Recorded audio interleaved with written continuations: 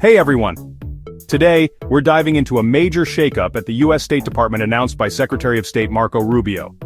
This sweeping reorganization is set to change the game for U.S. diplomacy, so let's break it down. First off, let's talk numbers. Over 700 State Department employees are expected to be laid off. Yeah, you heard that right, and that's not all.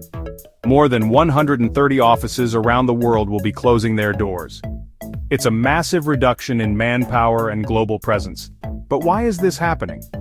This move is part of a broader philosophy that we've heard before: America first. Similar to what we saw during former President Trump's administration, the focus is on reducing U.S. involvement in global institutions and streamlining American diplomacy.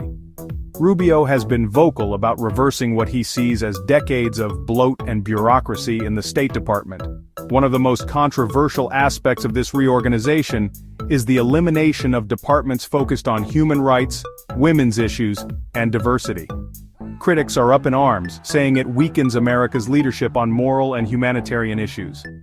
They argue that by cutting these departments, the U.S. is stepping back from its role as a global advocate for these values. On the flip side, supporters of Rubio's plan argue that these cuts are necessary. They believe it's a cost-cutting measure that will refocus U.S. diplomacy on core national interests. In their view, the State Department has been bogged down by radical political ideology and needs to get back to basics. So, what's the reaction been like? Well, it's been pretty mixed.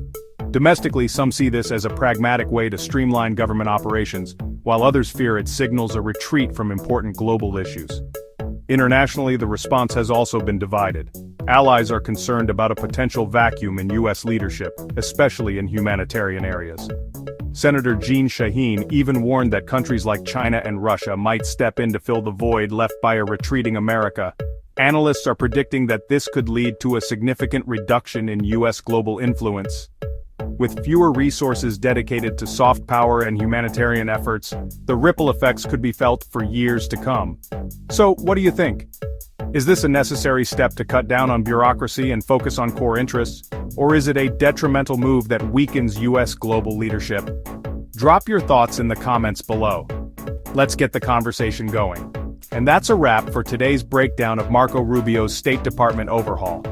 If you found this video informative, don't forget to like, subscribe, and hit that notification bell for more updates.